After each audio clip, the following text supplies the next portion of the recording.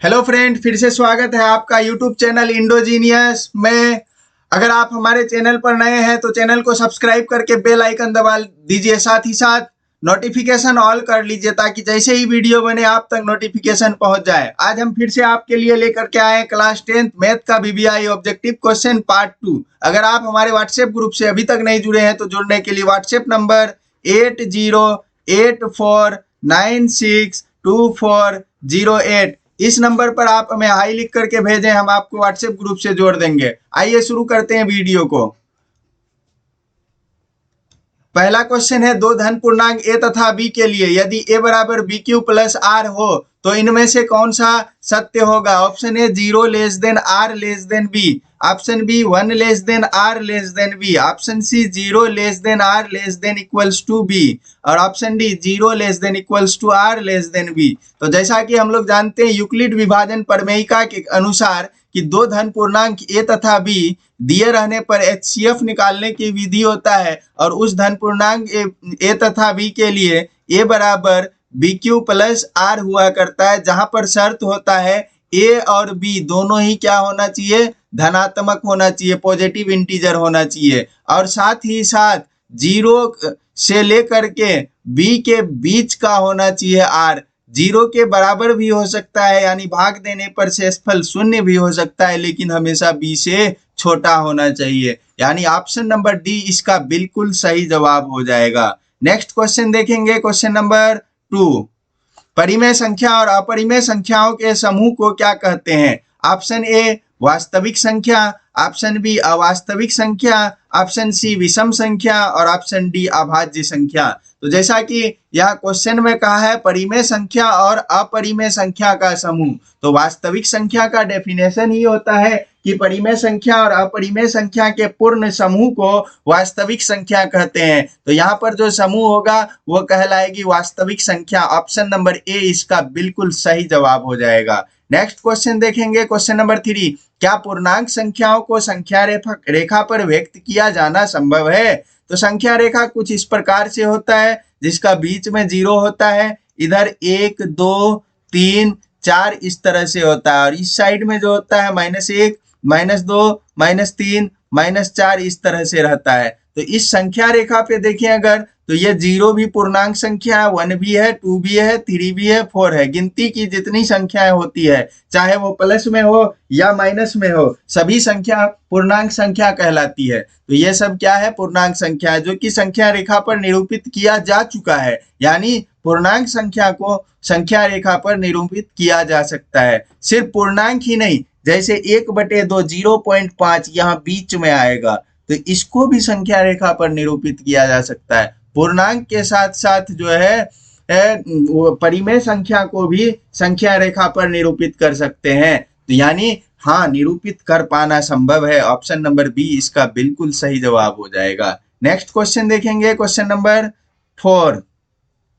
प्राकृतिक संख्याओं के संग्रह में शून्य समेत ऋण संख्याओं को शामिल किया जाए तो यह कैसी संख्या हो जाती है। ऑप्शन ए प्राकृतिक संख्या, ऑप्शन बी अभाज्य संख्या, ऑप्शन सी पूर्णांक संख्या, और ऑप्शन डी इनमें से कोई नहीं। तो जैसा कि क्वेश्चन में कह रखा है कि प्राकृतिक संख्या, प्राकृतिक संख्या क्या कहलाती है, 1 से प्रारंभ होकर गिनती की सभी संख्या 1 2 3 4 इस तरह से अनंत तक चलता रहेगा। अब इसमें कह रहा है शून्य सहित माइनस वाला भी संख्या को जोड़ दें, तो ये सब क्या हो गया, ये सब का सब पूर्णांक संख्या हो गया, यानी ऑप्शन नंबर सी इसका बिल्कुल सही जवाब हो जाएगा। नेक्स्ट क्वेश्चन देखेंगे, क्वेश्चन नंबर 5। संख्या रेखा पर पूर्ण संख्याओं का निरूपण होगा अथवा नहीं। ऑप्शन ए होगा, ऑप्शन बी नहीं होगा, ऑप्शन सी ए और बी दोनों, ऑप्शन डी इनमें से कोई नहीं। तो जैसा कि अभी थोड़ा देर पहले क्वेश्चन नंबर 3 में हमने संख्या रेखा बनाकर दिखाया था, 1 2 करके गया था, बीच में 1/2 भी आया था 0.5, यही तो है संख्या रेखा पर पूर्ण संख्या। तो पूर्ण संख्या को भी निरूपित किया जा सकता है, हाँ बिल्कुल होगा। ऑप्शन नंबर ए इसका बिल्कुल सही जवाब हो जाएगा। नेक्स्ट क्वेश्चन देखेंगे, क्वेश्चन नंबर 6। सभी प्राकृतिक संख्याओं के संग्रह शून्य समेत को क्या कहते हैं। ऑप्शन ए पूर्ण संख्या, ऑप्शन बी प्राकृतिक संख्या, ऑप्शन सी परिमेय संख्या, ऑप्शन डी अपरिमेय संख्या। तो जैसा कि कह रहा है प्राकृतिक संख्या का संग्रह शून्य समेत क्या होता है, प्राकृतिक संख्या एक से शुरू होकर के अनंत तक चलता रहता है, उसमें शून्य जोड़ देंगे तो वह बन जाता है पूर्ण संख्या। यानी ऑप्शन नंबर ए इसका बिल्कुल सही जवाब हो जाएगा। नेक्स्ट क्वेश्चन देखेंगे, क्वेश्चन नंबर 7। अगर पूर्णांक बी कोमा ए पूर्णांक से पूर्णतः विभाज्य है तो बी को ए का क्या कहा जाएगा। कह रहा है बी को जब भाग दिया जाता है ए से तो पूर्णतः भाग लग जाता है, इंटीजर नंबर आ जाता है, तो बी को ए का क्या कहा जाएगा। तो बी से जब ए से जब बी भाग जाता है तो भाज्य कहलाएगा, भाग्य कहलाएगा। ऑप्शन नंबर ए इसका बिल्कुल सही जवाब हो जाएगा। नेक्स्ट क्वेश्चन देखेंगे, क्या जीरो किसी पूर्णांक को विभाजित करता है। ऑप्शन ए हाँ, ऑप्शन बी नहीं, ऑप्शन सी ए और बी दोनों, ऑप्शन डी इनमें से कोई नहीं। कोई भी पूर्णांक संख्या ले लें, अगर उसको जीरो से भाग दिया जाएगा तो वह हमेशा अपरिभाषित हो जाएगा, यानी उसका भाग कर पाना संभव नहीं होगा। तो जीरो किसी भी पूर्णांक संख्या को विभाजित नहीं करेगा, यानी ऑप्शन नंबर बी इसका बिल्कुल सही जवाब हो जाएगा। नेक्स्ट क्वेश्चन देखेंगे, क्वेश्चन नंबर 9। यूक्लिड विभाजन एल्गोरिथ्म का अनुप्रयोग होता है। ऑप्शन ए दो धनात्मक पूर्णांक का लॉसो एलसीएम निकालने में, ऑप्शन बी दो धनात्मक पूर्णांकों का मोसो एचसीएफ निकालने में, ऑप्शन सी तीन धनात्मक पूर्णांकों का मोसो यानी एचसीएफ निकालने में, और ऑप्शन डी तीन धनात्मक पूर्णांकों का लोसो यानी एलसीएम निकालने में। तो यूक्लिड विभाजन एल्गोरिथ्म जो होता है वो कहता है कि दो संख्या ए और बी दिया रहे तो इसके लिए एचसीएफ निकाला जा सकता है, एचसीएफ ए कोमा बी। कैसे, भाग दे करके ए बराबर बी क्यू प्लस आर से। तो यूक्लिड विभाजन एल्गोरिथ्म जो है वो दो संख्याओं का लॉस एचसीएफ मौसो निकालने में कार्य करता है। ऑप्शन नंबर बी इसका बिल्कुल सही जवाब हो जाएगा। नेक्स्ट क्वेश्चन देखेंगे, क्वेश्चन नंबर 10। धनात्मक विषम पूर्णांक किस रूप का होता है। तो पहले विषम पूर्णांक जान ले हम लोग, तो 1, 3, 5, 7, 9 यानी जो बेजोड़ा संख्या होती है वो सबको विषम पूर्णांक कहते हैं। और विषम पूर्णांक जो होता है जो वह 2q + 1 के रूप का लिखा जाता है, जबकि सम पूर्णांक 2, 4, 6, 8, 10 जो जोड़ा में होता है उन सबको सम पूर्णांक कहते हैं और इसको 2q के रूप में लिखा जाता है। तो चेक कर लेते हैं एक बार, q का मान 1 रखेंगे तो 2 × 1 2 और 1 कितना हो गया 3 आ रहा है।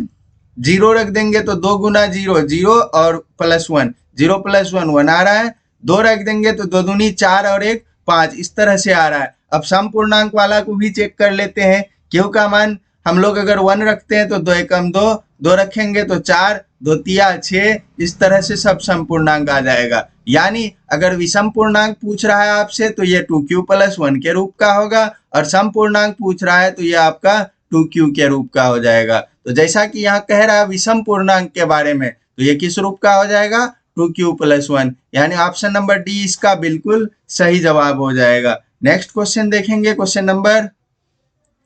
तो वीडियो कैसा लगा कमेंट करके बताइएगा। वीडियो अच्छा लगा हो तो वीडियो को लाइक करें, कमेंट करें और अपने दोस्तों तक शेयर करें। और हाँ, चैनल को अभी तक सब्सक्राइब नहीं किया है तो चैनल को सब्सक्राइब करके बेल आइकन दबाकर नोटिफिकेशन ऑल कर लें। अभी तक हमारे व्हाट्सएप ग्रुप से नहीं जुड़े हैं तो व्हाट्सएप ग्रुप से जुड़ने के लिए व्हाट्सएप नंबर 8084962408 इस नंबर पर आप हमें हाई लिख करके मैसेज कर दीजिए। साथ ही क्लास बता दीजिएगा ताकि हम उसी क्लास के ग्रुप में आपको जोड़ पाएँ। क्लास 10th या क्लास 12th जो भी क्लास होगा आपका वो बता दीजिएगा, हम आपको ग्रुप से जोड़ देंगे।